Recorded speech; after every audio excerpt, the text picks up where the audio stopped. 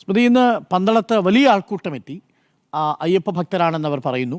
അതിൽ പിണറായി വിരുദ്ധ മുദ്രാവാക്യങ്ങളോ അല്ലെങ്കിൽ പിണറായി വിരുദ്ധ ശബ്ദങ്ങളോ ഒക്കെ നമ്മളതിൽ കേട്ടു. ഇതിൽ അണ്ണാമലയുടെ അതിതീവ്രമായ വിമർശനമാണ് ഇന്നത്തെ പ്രധാനപ്പെട്ട ഹൈലൈറ്റ് എന്നുള്ളത്. അദ്ദേഹമാണ് ഉദ്ഘാടനം നടത്തിയത്. തീവ്ര സംഗമമായോ? ഉറപ്പായിട്ടും തീവ്ര സംഗമമായി. അതിൽ അണ്ണാമല മാത്രമല്ല, വേറെയുണ്ട്. ഞാൻ ചിലത് വായിക്കാം. ശാന്താനന്ദ മഹർഷി ശ്രീരാമദാസ മിഷൻ അധ്യക്ഷനാണ്. അദ്ദേഹം പറയുന്നത് വാവർ തീവ്രവാദിയാണ്, മുസ്ലിം ആക്രമണകാരിയാണ്, അയ്യപ്പനെ ആക്രമിച്ച് തോൽപ്പിക്കാനെത്തിയ ആളാണ്. ബാബർ ചരിത്രം തെറ്റായി. ബാബുരൻ അഥവാ ശിവന്റെ ഭൂതം എന്നതാണ് ശരി. ഭക്തർക്ക് ബാബുരസ്വാമിയുടെ നടയിൽ തേങ്ങയിടിച്ച് അയ്യപ്പനെ ദർശിക്കാനുള്ള അവസരമാണ് ഉണ്ടാകേണ്ടത്. അതിനുവേണ്ടിയാണ് എരുമേലിയിൽ ബാബുരസ്വാമി ക്ഷേത്രം ഉയരുന്നത്. അതൊന്ന്. ഇനി അണ്ണാമലയിൽ പിണറായി വിജയനെ പറ്റി പറയുന്നത് പിണറായി വിജയന് ബ്രാഹ്മണരോടുള്ള വിദ്വേഷത്തിലുള്ള ആളാണ് എന്നാണ്. അതിൽ നിന്ന് പുറത്തേക്ക് വരേണ്ടതുണ്ടെന്ന് പറയുന്നു.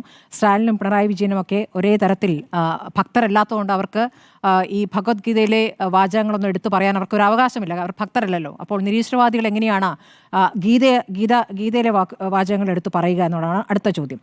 അടുത്തയാൾ തേജസ്വി സൂര്യയാണ്. കേരളത്തിലെ ധർമ്മ സാമ്രാജ്യത്തിന് തുടക്കമാവുകയാണ്. ഹിന്ദുവിരുദ്ധ സർക്കാരാണ് ആഗോള അയ്യപ്പ സംഗമം നടത്താൻ ഇവർക്ക് അവകാശമില്ല. മതം മനുഷ്യനെ മയക്കുന്ന കറുപ്പെന്ന് പറഞ്ഞവർ മതപരിപാടി സംഘടിപ്പിക്കുന്നു. ഒഴിഞ്ഞ കസേരകളാണ്. അത് പോട്ടെ, അത് രാഷ്ട്രീയമാണെന്ന് വിചാരിക്കാം. അപ്പോൾ ഇങ്ങനെയുള്ള പ്രതികരണങ്ങൾ നടത്തുന്നു. ഈ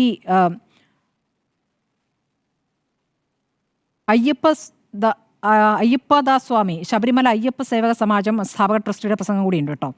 സ്വന്തം ജീവൻ വലിച്ചെറിഞ്ഞ് നമ്മളിൽ ഒരു കൂട്ടം ആളുകൾ നടത്തിയ ധീരപ്രവൃത്തിയാണ് ഇന്ന് രാമക്ഷേത്രം. അതുപോലെ ഒരു തീരുമാനം നമ്മളും കൈക്കൊള്ളണം. ഇനിയുള്ള മാസങ്ങൾ അതിനുള്ളതാണ്. കയ്യിലുള്ള ആയുധം കൃത്യമായി ഉപയോഗിക്കണം. ശബരിമലയെ തകർക്കാൻ സർക്കാർ തലത്തിൽ ഗൂഢശ്രമം നടക്കുകയാണ്. ശബരിമല ഉള്ളതുകൊണ്ടാണ് ഹിന്ദുക്കൾ അവശേഷിക്കുന്നത്. അല്ലെങ്കിൽ ഈശ്വരൻ ഒന്നെന്ന് പറയുന്നവർ പരിവർത്തനപ്പെടുത്തിയനെ. ജാതികളായി കിടക്കുന്ന ഹിന്ദു സമൂഹം ഒന്നിച്ചത് ശബരിമലയുടെ പേരിലാണ്. അപ്പോൾ ഇങ്ങനെയുള്ള പ്രസംഗങ്ങളൊക്കെ ഇങ്ങനെ നിരന്തരം തുടർച്ചയായി പലരായി നടത്തി വന്നിരിക്കുകയാണ്. ഇനി ഈ പറയുന്ന വത്സൻ തില്ലങ്കേരി ഈ തീവ്രപ്രസംഗങ്ങൾക്ക് പേരുകേട്ട ആളാണ്. അദ്ദേഹം കേരളത്തിൽ പലയിടത്തും പ്രസംഗിച്ചിട്ടുണ്ട്. 2018 അദ്ദേഹം നിലയ്ക്കൽ വന്ന് നടത്തിയ പ്രസംഗം നമുക്കറിയാം. നിലയ്ക്കൽ പ്രസംഗം നടത്തുന്നു. അതിനുശേഷം ഒരു 52കാരി ക്ഷേത്രത്തിലേക്ക് കയറിയപ്പോൾ 52കാരി കണ്ടാൽ 52കാരിയാണെന്ന് തോന്നുന്നില്ല. അപ്പോൾ അതിനെതിരെ അദ്ദേഹം എന്ത് ചെയ്തു? ഇരുമുടി കിട്ടൊന്നുമില്ലാതെ 18-ാം പടി കയറി. എന്നിട്ട് ആചാരം തെറ്റിച്ചു എന്ന് പിന്നീട് പറയുന്നു. ഇതൊക്കെ നമ്മൾ കണ്ടതാണ്. അവിടെ വലിയ സംഘർഷമുണ്ടാകുന്ന സമയത്ത് അദ്ദേഹത്തിന് പ്രസംഗിക്കാൻ മൈക്ക് കൊടുത്തത് MR അജിത് കുമാറാണ്. അന്ന് അത് വിവാദമായ കാര്യമാണ്. അപ്പോൾ ഇത്തരം കാര്യങ്ങളൊക്കെ അവിടെ നടത്തുന്നത്. അപ്പോൾ അവരൊക്കെ വീണ്ടും 2018 ഒരു തുടർച്ച നടത്തുകയാണ്. 2025 ഇവരിവിടെ വന്ന് തീവ്രപ്രസംഗം നടത്തുന്നു. ഇനി ഈ പറയുന്ന ശശികല കുറേ ദിവസമായി തുടങ്ങിയിട്ട് ഇന്നും അവിടെ അതിൻ്റെ തുടർച്ചയായിട്ടുണ്ടായിരുന്നു. അതേപോലെ തന്നെയാണ് കുമ്മനം രാജശേഖരൻ. കുമ്മനമാണ് ആദ്യമായി തന്നെ ഈ അയ്യപ്പ സംഗമത്തിനെതിരെ ആദ്യ നിലപാടെടുത്തത്. ഇന്നലെ BJP സംസ്ഥാന അധ്യക്ഷൻ എന്താണ് പറഞ്ഞത്? എന്നെ കൂടെ ക്ഷണിച്ചിരുന്നെങ്കിൽ ഞാൻ വരുമായിരുന്നല്ലോ എന്നാണല്ലോ. അപ്പോൾ അങ്ങനെ നടത്തിയിരിക്കുന്ന ഒരു സംഘം അദ്ദേഹം കൂടി വരുമായിരുന്നെങ്കിൽ അദ്ദേഹം ഈ നിരീശ്വരവാദിയാകുമായിരുന്നു, കപടഭക്തനാകുമായിരുന്നു. അപ്പോൾ അവിടെ NSS വന്നിരിക്കുന്നു. ഈ നാമജപ ഘോഷയാത്രയുമായി ബന്ധപ്പെട്ട് അതിലെടുത്ത കേസുകളുമായി ബന്ധപ്പെട്ടൊക്കെ ഇവരെടുത്ത് പറയുന്നുണ്ട്. അപ്പോൾ അതിൽ NSS പങ്കെടുത്തല്ലോ, NSS പ്രതിനിധി അയച്ചല്ലോ. അപ്പോൾ NSSന്റെ പ്രതിനിധിയും ഈ പറയുന്ന ഈ കപടഭക്തരിൽ പെടുന്നവരാണ്. SNDP യോഗവും കപടഭക്തരിൽപ്പെടുന്ന വെള്ളാപ്പള്ളിയും കപടഭക്തനാണ് എന്ന് BJP പറയുമോ? അതും അറിയേണ്ടതാണ്. അപ്പോൾ കപടഭക്തരുടെ പരിപാടി ഇനി ആളുകളുടെ എണ്ണം നോക്കുമ്പോൾ സർക്കാർ ക്ഷണിച്ച ഒരു ലിസ്റ്റ് സർക്കാർ 500 പേരെ ക്ഷണിക്കുന്നു. അതുകൂടാതെ രജിസ്റ്റർ ചെയ്ത 3000 എന്ന് പറയുന്നു. രജിസ്റ്റർ ചെയ്തവർ അത്രയും വന്നിട്ടില്ല എന്ന് നമ്മൾ ഒഴിഞ്ഞ കസേരകൾ കാണിച്ച് പറഞ്ഞതാണ്. പക്ഷേ ഈ പരിപാടി അങ്ങനെയല്ല. ഇത് സംഘപരിവാർ സംഘടനകളിലെ മുഴുവൻ ആളുകൾക്കും വരാവുന്നതാണ്. ഇവിടെ എങ്ങനെ ടോക്കൺ വെച്ചിട്ടല്ല, ആളുകളെ രജിസ്റ്റർ ചെയ്ത് വരുന്ന പരിപാടിയല്ല. ആളുകൾക്കെല്ലാം വരാം. അപ്പോൾ നോക്കുമ്പോൾ ഇവിടെ നിറയെ കസേരയും നിറയും, കസേരയ്ക്ക് അപ്പുറവും നിറയും, റോഡ് നിറയും, ഗതാഗതം തടസ്സപ്പെടും. ആ രൂപത്തിലൊക്കെ വലിയ പരിപാടിയായിട്ടുണ്ട്. അപ്പോൾ ഈ തരത്തിൽ ആളുകളുടെ എണ്ണം വെച്ചൊരു താരതമ്യമില്ല.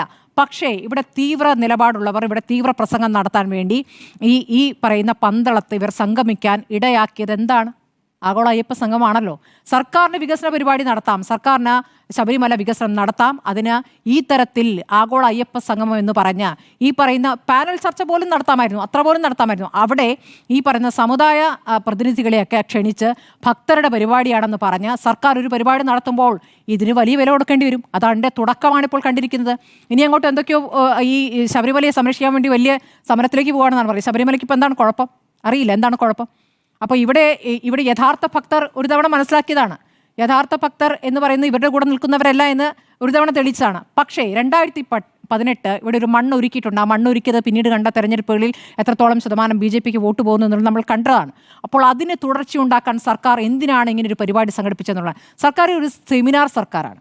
സർക്കാർ ഇങ്ങനെ തുടർച്ചയായ സെമിനാറുകളാണെന്നേ. ഇതിപ്പോൾ ആഗോള അയ്യപ്പ സംഗമം നടത്തി. ഇനിയിപ്പോൾ ഈ വികസന പരിപാടി ഓരോ വകുപ്പിനും ഓരോ കോടി വീതം കൊടുത്തിട്ടുണ്ട്. ഓരോ വകുപ്പും അവരുടെ പരിപാടികൾ അറിയിക്കാൻ വേണ്ടി, അതായത് ഈ 10 വർഷം എന്തൊക്കെ നടത്തി, ഇനി അങ്ങോട്ട് എന്ത് നടത്തുന്നു എന്ന് പറയാൻ വേണ്ടിയിട്ട് സെമിനാറുകൾ അതിന് കൊടുത്തിരിക്കുന്നു. അത് ഇനിയുണ്ട് സെമിനാർ. ഇനി വികസന സദസ്സ് വരുന്നുണ്ട്, തദ്ദേശ സ്ഥാപനങ്ങൾ നടത്തണം. അതിന് കൊടുത്തിരിക്കുന്നത് 30 കോടിയാണ്.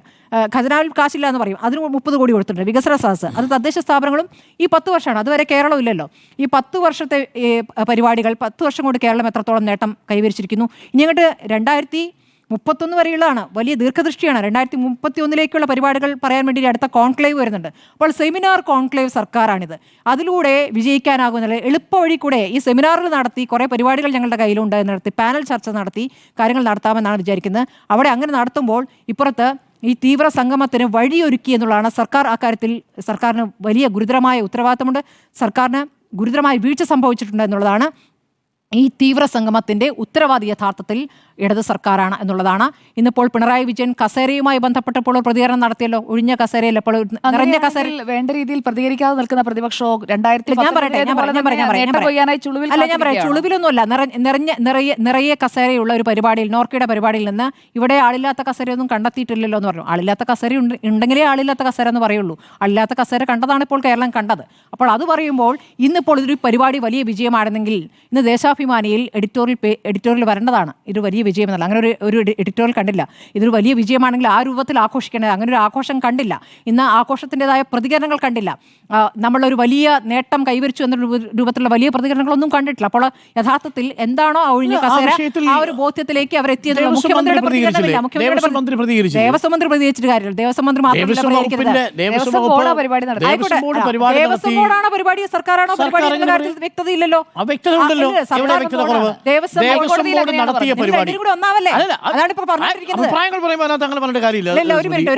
ഞാനൊന്നും പൂർത്തിയാക്കട്ടെ. അതായത് ദേവസ്വത്തിന്റെ പരിപാടിയാണെന്ന് പറയുന്നു. ദേവസ്വത്തിന്റെ പരിപാടിയാണ് സർക്കാർ ഇത്രയും ഈ അവകാശവാദം നടത്തണം. ദേവസ്വം ഒരു വഴിക്ക് നടത്തിക്കൊള്ളുമല്ലോ. എന്തവകാശവാദം? സർക്കാർ ഈ ആഗോള അയ്യപ്പ സംഘവുമായി ബന്ധപ്പെട്ട എത്ര പ്രതികരണം അങ്ങയുടെ പരിപാടി തന്നെ വന്ന് മന്ത്രി പറഞ്ഞിട്ടുണ്ട്. ദേവസ്വം വകുപ്പിന്റെ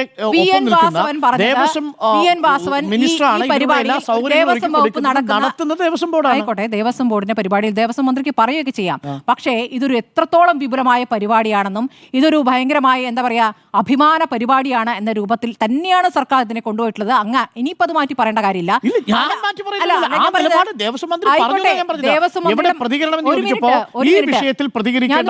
ദേവസ്വം വകുപ്പ് മന്ത്രിയാണ്. ദേവസ്വം വകുപ്പ് മന്ത്രി ആ പരിപാടി നടന്ന ദിവസം, പരിപാടി കഴിഞ്ഞതിന് ശേഷം പിറ്റേ ദിവസവും എല്ലാ മാധ്യമങ്ങളോടും ഇതേ കാര്യം പറഞ്ഞു. ദേവസ്വം വകുപ്പ് മന്ത്രി മാത്രം പറഞ്ഞാൽ പോരെന്നേ. ഇത് വലിയ സംഗമവും വലിയ നേട്ടവും ആകുമ്പോൾ ആ രൂപത്തിൽ അവതരിപ്പിക്കണം. അങ്ങനെ അവതരിപ്പിച്ച കാര്യങ്ങൾ ഇതിനു മുമ്പ് ഉണ്ടായിട്ടുണ്ട്. അങ്ങനെ സംഭവിച്ചിട്ടില്ല എന്നുള്ളതാണ് ഇന്നത്തെ യാഥാർത്ഥ്യം.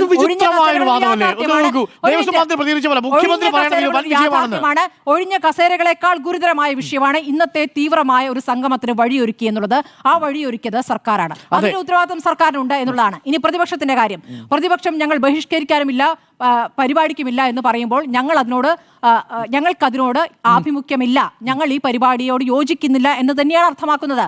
ഇനി കോൺഗ്രസ് മറ്റു കാര്യങ്ങളിൽ പണിയെടുക്കുന്നുണ്ടോ എന്ന് ചോദിച്ചാൽ പണിയെടുക്കുന്നില്ല എന്നുള്ള കാര്യമാണ്. സർക്കാരിനെതിരെ ഒരുപാട് വിഷയങ്ങളുണ്ട്, അതിലൊക്കെ പ്രതിപക്ഷത്തിന് പണിയെടുക്കാനുണ്ട്, പണിയെടുത്തിട്ടില്ല. പക്ഷേ ഈ വിഷയത്തിൽ സംയമനമാണ് ഏറ്റവും നല്ലതെന്നുള്ള ഒരു സംശയമില്ലാത്ത കാര്യമാണ്.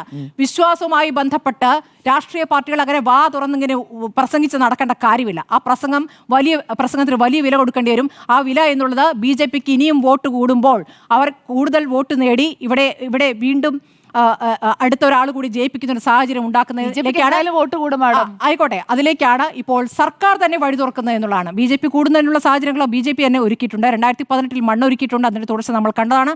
എത്രത്തോളം ശതമാനം യുവതീ പ്രവേശന വിധി വരുന്ന സമയത്ത് സർക്കാർ എടുത്ത നിലപാട് നേതൃത്വം കൊണ്ട് തെരുവിൽ BJPക്കൊപ്പം ഇറങ്ങിയ പാർട്ടി കോൺഗ്രസ് അല്ലേ? BJPയുടെ പ്രതിഷേധത്തെ രണ്ട് പ്രതിഷേധങ്ങൾ നമ്മൾ കണ്ടതാണ്. സമാധാനപരമായ പ്രതിഷേധം നിങ്ങളിങ്ങനെ ഒരുമിച്ച് സംസാരിക്കല്ലേ? ഞാൻ പറയാന്നേ, ഞാൻ പറയാം. എന്റെ കാര്യമാണ് ഞാൻ പറയാം. പറയുന്നത്. അല്ല, അതങ്ങനെ രണ്ടുപേരും കൂടെ ഒരുമിച്ച് കൂട്ടിക്കെട്ടേണ്ടതില്ല. രണ്ടുപേരും കൂടെ ഒരുമിച്ച് സംസാരിക്കണം. ആയിക്കോട്ടെ, ഞാൻ പൂർത്തിയാക്കട്ടെ. ഞാൻ പറഞ്ഞു, നമ്മളെല്ലാം 2018 സമരം നമ്മൾ കണ്ടതാണല്ലോ, എല്ലാ പ്രതിഷേധങ്ങളും കണ്ടാണല്ലോ. ഏത് തരത്തിലേക്ക് ആ പ്രതിഷേധം പോകുന്നു, വേറെ രൂപത്തിലേക്ക് പോയി കഴിഞ്ഞപ്പോൾ കോൺഗ്രസ് ആ പ്രതിഷേധത്തിൽ ഉണ്ടായിരുന്നില്ല. അതുകൊണ്ട് അവർക്ക് രാഷ്ട്രീയ നേട്ടമുണ്ടായി. ഒരുപക്ഷെ ആ രാഷ്ട്രീയ നേട്ടമായിരിക്കാം ഇനിയും അവർ പ്രതീക്ഷിക്കുന്നത്. ഇതിൽ ആത്യന്തികമായി ഇപ്പോൾ ശബരിമലയെ ഒരു രാഷ്ട്രീയ കേന്ദ്രമാക്കി മാറ്റിയിരിക്കുന്നത് കമ്മ്യൂണിസ്റ്റ് പാർട്ടിയാണ്, ഇടത് സർക്കാരാണ്, BJP ആണ്. രണ്ടുപേരും 2018 ആവർത്തനമാണ് ഇവർ ആവർത്തിക്കാനാണ് ശ്രമിച്ചുകൊണ്ടിരിക്കുന്നത്. അത് ഏത് തരത്തിൽ പോകുമെന്ന് വച്ചാൽ കേരളം ഇതുവരെ കൊണ്ടു നടന്നിരിക്കുന്ന ഒരു സാഹചര്യത്തെ മോശമാക്കിയാണ്. അതിന്റെ ഉത്തരവാദിത്തം പൂർണ്ണമായും പിണറായി വിജയൻ എന്ന മുഖ്യമന്ത്രിക്കാണ്. ആഗോള അയ്യപ്പ സംഗമം സംഘടിപ്പിക്കാൻ വേണ്ടിയിട്ട് ദേവസ്വം ബോർഡ് പ്ലാറ്റിനം ജൂബിലിയുമായി ബന്ധപ്പെട്ടൊരു തീരുമാനമെടുക്കുന്നു. ആ പരിപാടി നടപ്പിലാക്കുന്നു. അതിന് സർക്കാർ സഹായം ചെയ്തു കൊടുക്കുന്നു. അതല്ലാതെ സർക്കാർ എന്താണ് ഇക്കാര്യത്തിൽ ചെയ്തത്? ആ പമ്പാ സംഗമത്തിൽ ഏതെങ്കിലും ഒരിടത്ത് മുഖ്യമന്ത്രിയുടെ ഫോട്ടോ കണ്ടോ? CPM-ന്റെ ഫ്ലാഗ് കണ്ടോ? ഈ തെരഞ്ഞെടുപ്പുമായി ബന്ധപ്പെട്ട ഏതെങ്കിലും സംഭവങ്ങൾ കണ്ടോ? ഒന്നും കണ്ടിട്ടില്ലല്ലോ. അതിനെങ്ങനെ സമീകരിക്കുക? താങ്കൾ ഈ സാങ്കേതികത്വം പറഞ്ഞു. ഞാൻ എന്റെ അഭിപ്രായം പറഞ്ഞില്ല എന്നൊന്നും പറയാൻ ഒരു കമ്മ്യൂണിസ്റ്റ് മുഖ്യമന്ത്രി അത് ചെയ്യുമ്പോൾ അത് എങ്ങോട്ടേക്കാണ് BJP പറയുന്ന പോലെയല്ല ഞാൻ പറയുന്നത്. എന്ത് സ്മൃതി, കമ്മ്യൂണിസ്റ്റ് മുഖ്യമന്ത്രി ശബരിമലയിലെ വികസന പ്രവർത്തനങ്ങളുമായി ബന്ധപ്പെട്ട കാര്യത്തിൽ ചർച്ച ചെയ്യാൻ പാടില്ലേ? വികസനം പറഞ്ഞോട്ടെ. പിന്നല്ലാതെ അവിടെ എന്താ പറഞ്ഞത് മുഖ്യമന്ത്രി? പ്രസംഗം മൂടം കേട്ടല്ല. ആ പ്രസംഗത്തിൽ പ്രതിപക്ഷത്തിനെതിരെ എന്തെങ്കിലും പറഞ്ഞോ? പ്രതിപക്ഷത്തിനെതിരെ പറയണമെന്ന് ഞാൻ പിന്നെ രാഷ്ട്രീയ പ്രസംഗമായിരുന്നു അത് നടത്തിയത്? മുഖ്യമന്ത്രി ആ വേദിയിൽ നടത്തിയത് രാഷ്ട്രീയ പ്രസംഗമായിരുന്നു? അല്ലല്ലോ. മുഖ്യമന്ത്രി വരവ് തൊട്ട് രാഷ്ട്രീയമാണ് ഡോക്ടർ അരുൺകുമാർ. മുഖ്യമന്ത്രി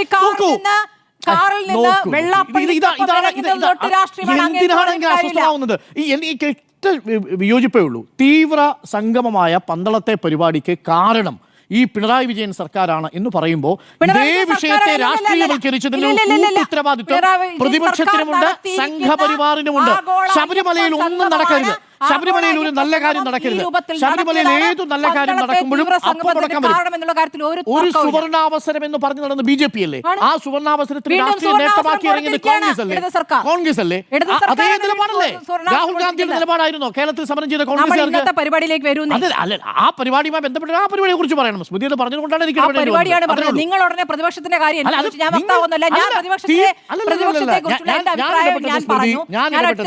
ഇന്നത്തെ തീവ്ര സംഗമവുമായി ബന്ധപ്പെട്ട കാര്യം സർക്കാരിന് അതിൽ എന്ത് പങ്ക്? 2 സംഗമങ്ങളാണ് നടന്നത്. സർക്കാർ നടത്തിയ സംഗമം ഏത് രൂപത്തിലായിരുന്നു കേരളം കണ്ടതാണ്.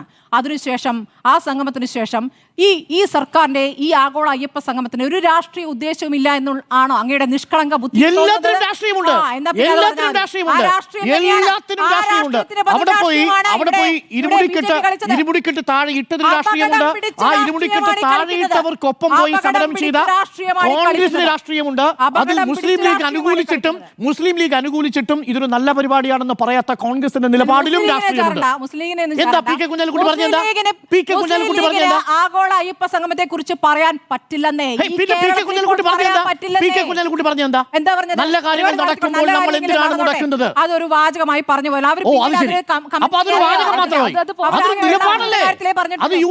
UDF-ലെ ഒരു കക്ഷിയുടെ നിലപാടല്ലേ? വെള്ളാപ്പള്ളിയുടെ കാര്യത്തിലേ പ്രതികരിച്ചിട്ടുള്ളൂ. മുസ്ലിം ലീഗ് പ്രതികരിച്ചാൽ ഉടനെ നിങ്ങൾ അതിനെ മുസ്ലിം ആക്കും. നിങ്ങളൊന്നും പറയില്ലേ? മുസ്ലിം ലീഗാണ് ഈ പരിപാടിക്ക് ഇത് നല്ല പരിപാടിയാണെന്നൊരു ടാഗ് കൊടുത്തത് പി കെ കുഞ്ഞാലിക്കുട്ടിയാണ്. ലീഗ് ഈ പരിപാടിയോട് അനുകൂലിച്ചു. UDF-ന് മൊത്തത്തിൽ എതിർപ്പില്ല.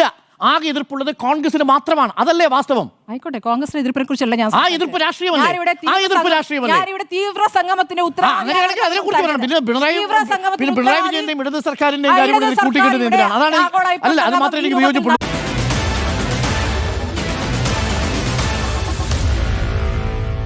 Meet the editors.